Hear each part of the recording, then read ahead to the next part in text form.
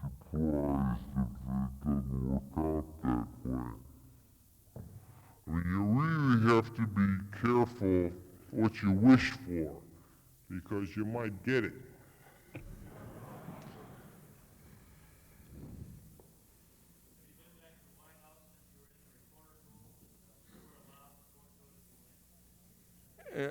Have I been back to the White House since I was in the reporter pool, and what?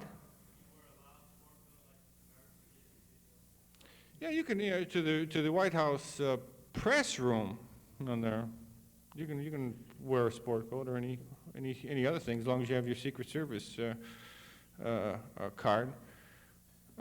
That's a wild experience to sit there 15 feet away from Richard Nixon while he stands up here at a podium not unlike this one and tosses off questions on the 21st century. So there's certain unreal aspect to it.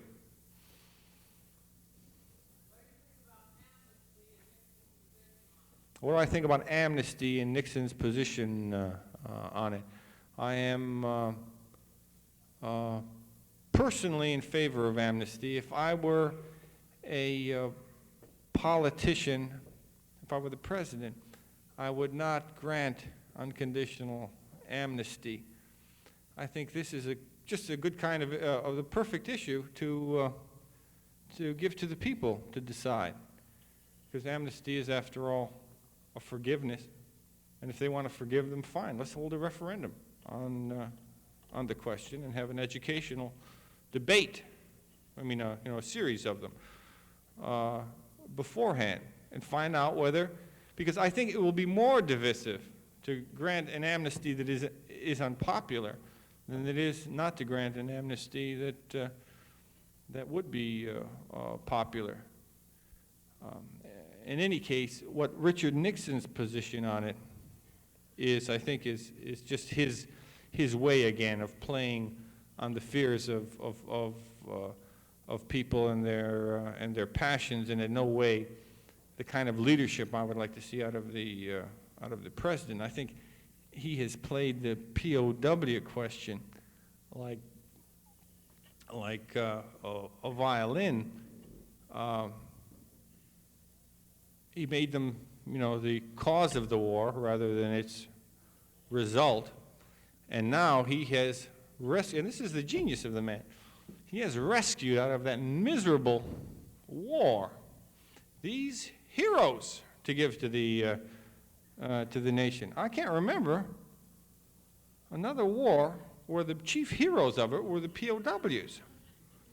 I mean, in World War II, there was a kind, there was nothing wrong with being a POW, but it was kind of unfortunate, and you said, gee, it's too bad you got captured. And there was a kind of a shame-faced quality about it. But here, these are the only legitimate heroes we have out of this war, and it's Nixon's genius that he's been able to do that. And boy, he's wrung every last ounce of worth out of that issue, and will continue to do so, I think. And the amnesty is sort of in there. It's just a public relations thing with him. Yes.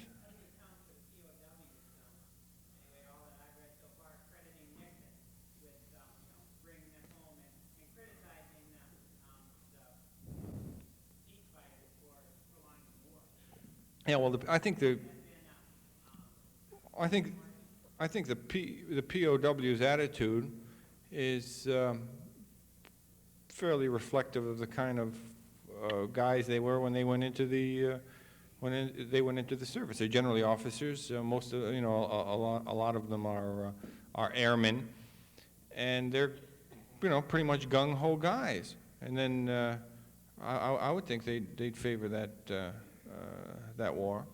It was the dog faces that were getting chopped up, who were, I think, mainly the resentment against the war basically was. But hell, amnesty for what we should be doing, it seems to me, instead of, all right, be nice to the POWs. They had a tough time. I don't object to that. But we have been shamefully neglectful of dealing with the problems of the Vietnam veteran. he has been swept under the carpet as a kind of embarrassment. It's a veteran who's become the real POW in our society.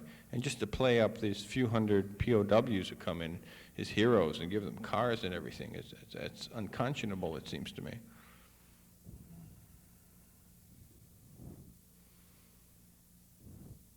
Yeah. What do I think of Ronald Reagan? He should have stayed a third-rate actor, is what I think of Ronald Reagan. It's better than a fourth-rate politician. Only in California, I think, could Ronald Reagan be elected to high office. Not for nothing, it was the first Disneyland in California. All right, thank you very much.